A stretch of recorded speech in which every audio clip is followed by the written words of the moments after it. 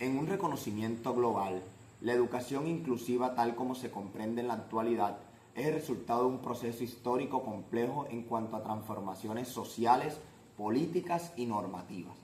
Este recorrido permite evidenciar cómo la relación entre política internacional y legislación nacional ha definido progresivamente el tránsito hacia enfoques centrados en derecho, equidad y diversidad. En este sentido, el presente análisis propone la identificación de hitos normativos, así como la manera en que estos responden a contextos históricos específicos y reconfiguran el significado mismo de la inclusión educativa.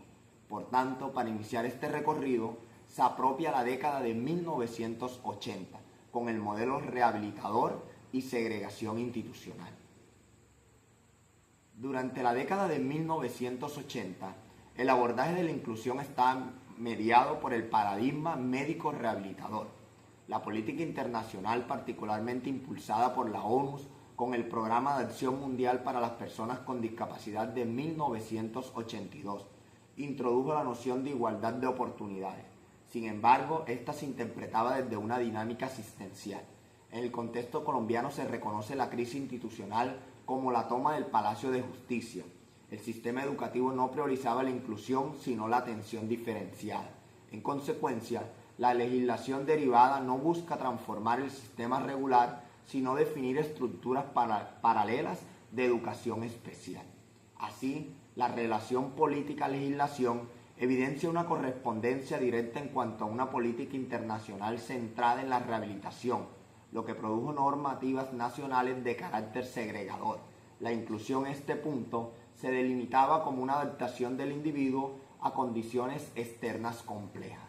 Para la década de 1990, el enfoque de derechos e integración educativa, Salamanca define el papel de la escuela como un espacio para todos, introduciendo el principio de la atención de la diversidad en Colombia. Este cambio coincide con la promulgación de la Constitución Política en el 1991, que establece la educación como un derecho fundamental. Esta base se traduce normativamente en la Ley 115 de 1994 y el Decreto 2082 de 1996, que institucionalizan la integración educativa. Sin embargo, el análisis evidencia que, aunque se amplíe el acceso al sistema educativo, mantiene su estructura tradicional. La integración implica que el estudiante con necesidades educativas especiales ingresa a las aulas regulares, pero bajo las condiciones de adaptarse a ella. En este periodo, la interrelación política-legislación se caracteriza por avances en el reconocimiento de derechos, aunque con limitaciones en su implementación estructural. Para la década de 2000, el modelo social y la ampliación de la inclusión se consolida como un cambio paradigmático hacia el modelo social de la discapacidad. La ONU, mediante la Convención sobre los Derechos de las Personas con Discapacidad en el 2006, redefine la discapacidad como un resultado de interacción entre el individuo y las barreras de su entorno.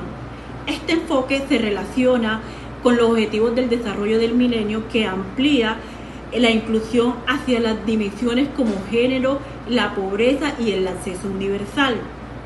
En Colombia, estas orientaciones se reflejan en la Ley 715 de 2001, que reorganiza la financiación educativa, y el Decreto 366 de 2009, que introducen apoyos pedagógicos especializados dentro del sistema regular.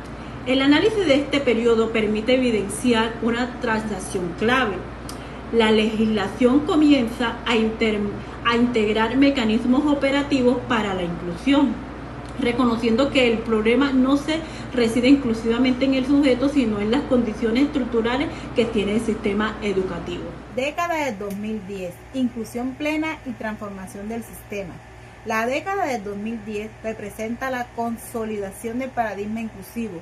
La Agenda del 2030 para el Desarrollo Sostenible establece a través de la ODC 4 la necesidad de garantizar una educación inclusiva, equitativa y de calidad.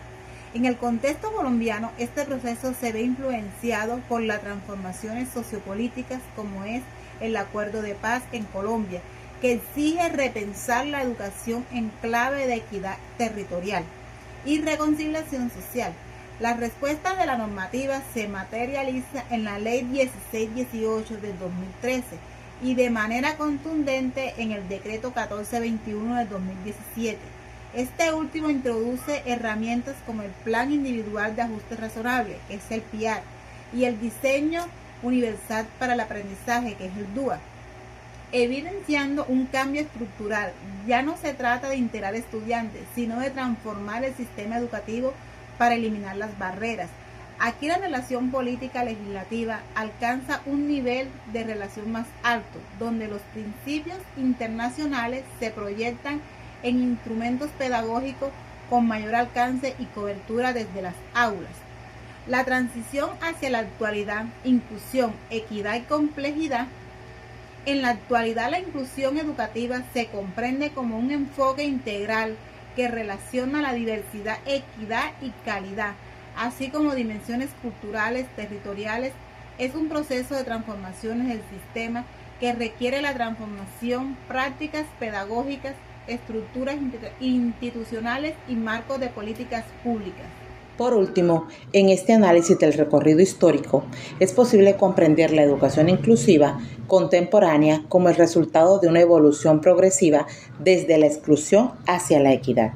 Esto con base a una relación dinámica entre política internacional y legislación nacional, donde cada avance normativo responde a transformaciones conceptuales amplias. En términos analíticos, se identifican tres grandes desplazamientos: del modelo médico al modelo social, de la integración a la inclusión y de la adaptación individual a la transformación del sistema.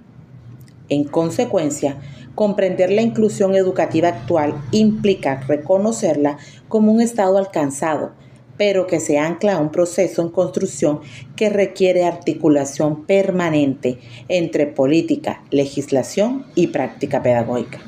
Además, esto abre un espacio para reflexionar sobre el rol del docente en la construcción desde las aulas, en la participación para las mejoras a nivel institucional, como en los aportes investigativos para la orientación de políticas para una garantía de resultados sostenibles.